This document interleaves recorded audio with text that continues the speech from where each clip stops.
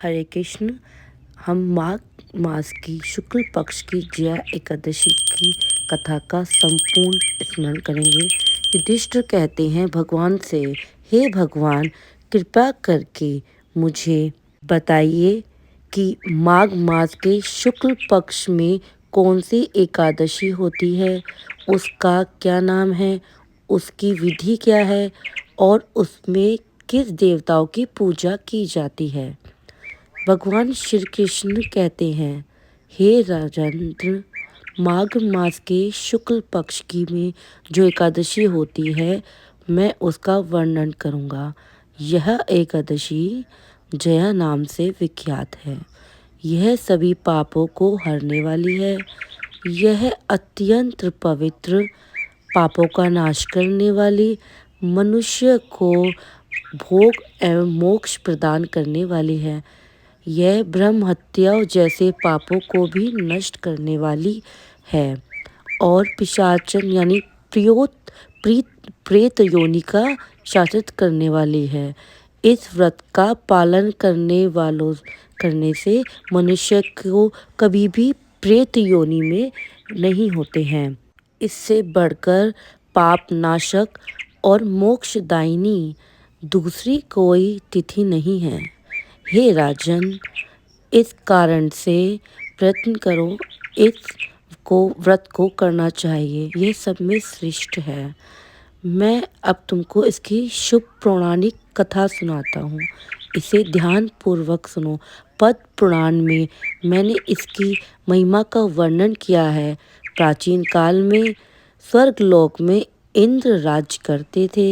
यहाँ सभी देवी देवता सुखपूर्वक निवास करते थे। वे अमृत पान में मग्न रहते और अप्सराएं उनकी सेवाएं करती थी। वहाँ पारिजात वृक्षों से सुशोभित वनवन, जहाँ देवता अप्सराओं के साथ विहार यानी क्रीड़ा करते थे। हे राजन, एक बार 50 करोड़ गंधर्वों नायक देवराज इंद्र अपनी इच्छा से वहाँ आनंद मना रहे थे। उन्होंने हर्षपूर्वक नृत्य का आयोजन किया। वहाँ गंधर्व गा रहे थे, जिनमें पुष्पदंत नामक गंधर्व प्रमुख था। यहाँ चित्रसेन गंधर्व और उसकी पत्नी मालिनी भी उपस्थित थी। साथ ही चित्रसेन की पुत्री भी मौजूद थी। चित्रसेन की पत्नी का नाम मालिनी था। मालिनी से एक कन्या उत्पन्न हुई थी, जिसका नाम पुष्पवती था। उधर पुष्पदंत का एक पुत्र था, जिसका नाम माल्यवान था। माल्यवान पुष्पवती के रूप पर अत्यंत मोहित हो गया था। वह माल्यवान पुष्पवती के कटाक्षों और हाव भाव से पूरी तरह से वशीभूत हो गया था। पुष्पवती अत्य लावण्य यानी सुंदर थी। उसकी भुजाएं कामधेन के समान थी। उसके नेत्र कानों तक लंबे, लालिमा युक्त और चंचल थे। हे निपुत्र, उसके कान कुंडलों से शोभायमान रहे थे। उसकी गर्दन शंख के समान सुडौल थी और वह दिव्य आभूषणों से लदी थी। उसके वक्षस्थल से स्वर्ण कलश के स्थल थे उन्नत थे। उस सुंदरी की कमर अत्यंत पतली और सुंदर थी। उसके नितंब विस्तृत थे। उसके चरण लाल कमल के समान थे और बहुत सुंदर थे।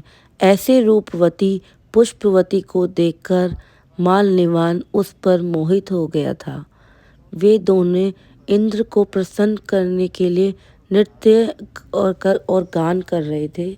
उसले सभा में आए थे। वह अप्सराओं के समूह के साथ यानी माल्यवान और पुष्पवती गा रहे थे, लेकिन वे दोनों कामदेव के प्रभाव में थे। एक दूसरे को अनुराग प्रेम में फंसकर वे दोनों मोहग्रस्त हो गए थे।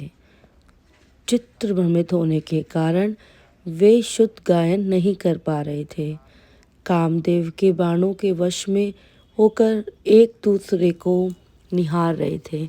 इंद्र ने उनकी मन की स्थिति को जान लिया कि ये एक दूसरे में आसक्त हैं।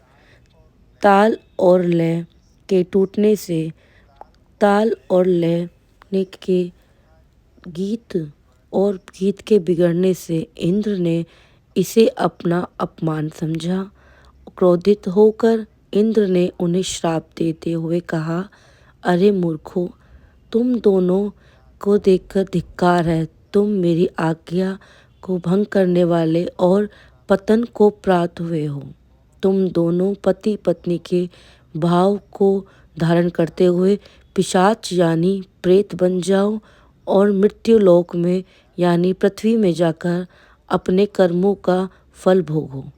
इंद्र के इस प्रकार के श्राप देने पर वे दोनों अत्यंत दुखी हुए। इंद्र के श्राप से मोहित होकर वे हिमालय पर्वत पर जाकर गिरे। वहाँ वे दोनों पिशाच योनि को प्राप्त हुए और भयंकर दुख भोगने लगे। वे हिमालय के कंदराओं में अत्यंत कष्ट और संताप में रहने लगे।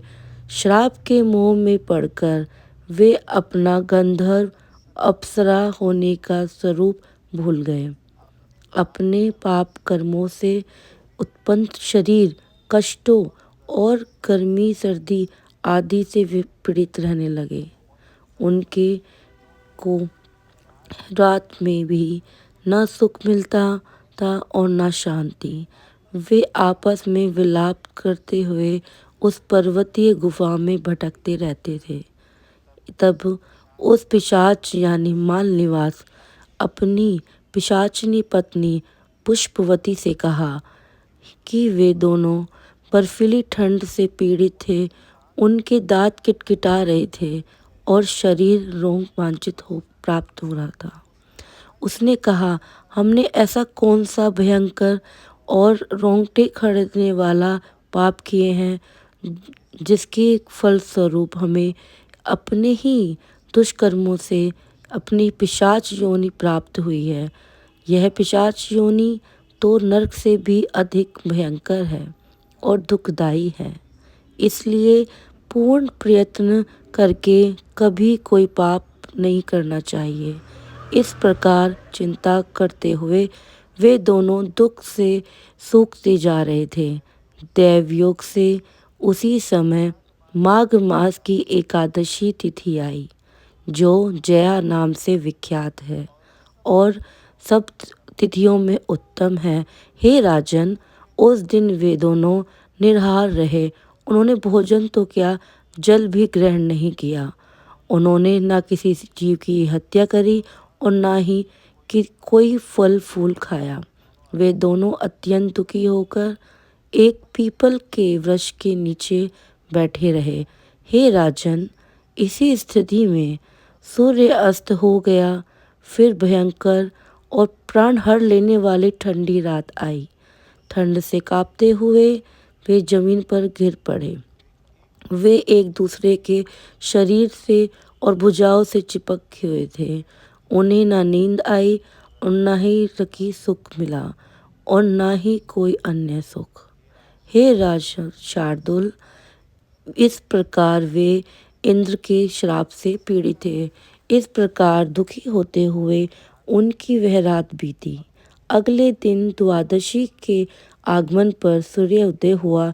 हे राजन, तब मैंने, भगवान कह रहे हैं, श्री कृष्ण बोल रहे हैं कि तब मैंने उन दोनों की मुक्ति का विचार अपने हृदय में धारण किया, क्योंकि उन्होंने अनजाने में ही सही जया एकादशी का उत्तम व्रत किया था और रात्रि जागरण किया था।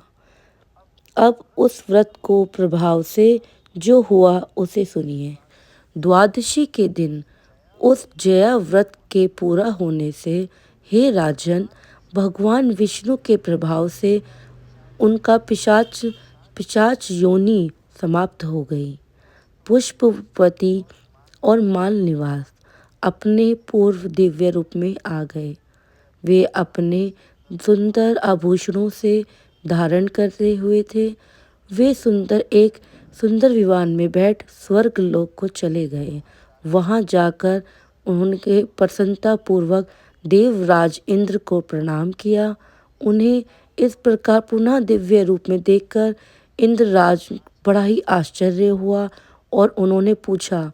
इंद्र ने कहा, बताओ, ये किस पुण्य के प्रभाव से तुम्हारा पिशाचित्र नष्ट हुआ है? मेरे श्राप को प्राप्त हुए तुम दोनों को किस देवता ने मुक्त किया? माल्यवान ने कहा, हे स्वामी, भगवान वासुदेव यानी विष्णु की कृपा से, जया एकादशी के प्रभाव से तथा आपकी भक्ति के प्रभाव से हमारा पिशाच तंत्र दूर हो गया। यह सुनकर इंद्र ने पुनः कहा, तुम दोनों अब पवित्र और पावन हो गए हो। अब मेरे लिए भी वंदनीय हो। जो लोग भारी एकादशी के व्रत करते हैं और विष्णु भक्ति में लीन हो रहते हैं, जो कृष्ण के भक्त हैं, वे मनुष्य होते हुए भी हमारे यानी देवताओं के लिए पूजनीय हैं।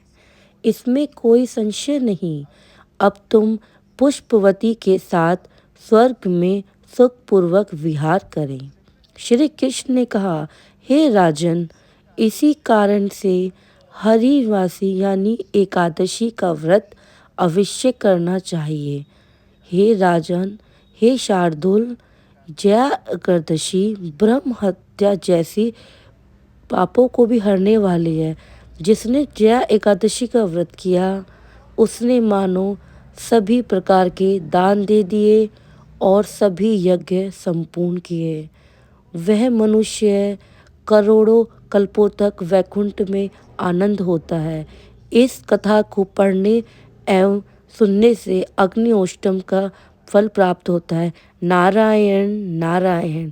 आपको ये कथा अच्छी लगी हो तो इस वीडियो को लाइक करें, शेयर करें और कमेंट करें और औरों तक यह पहुंचाएं। नारायण नारायण। राधे राधे।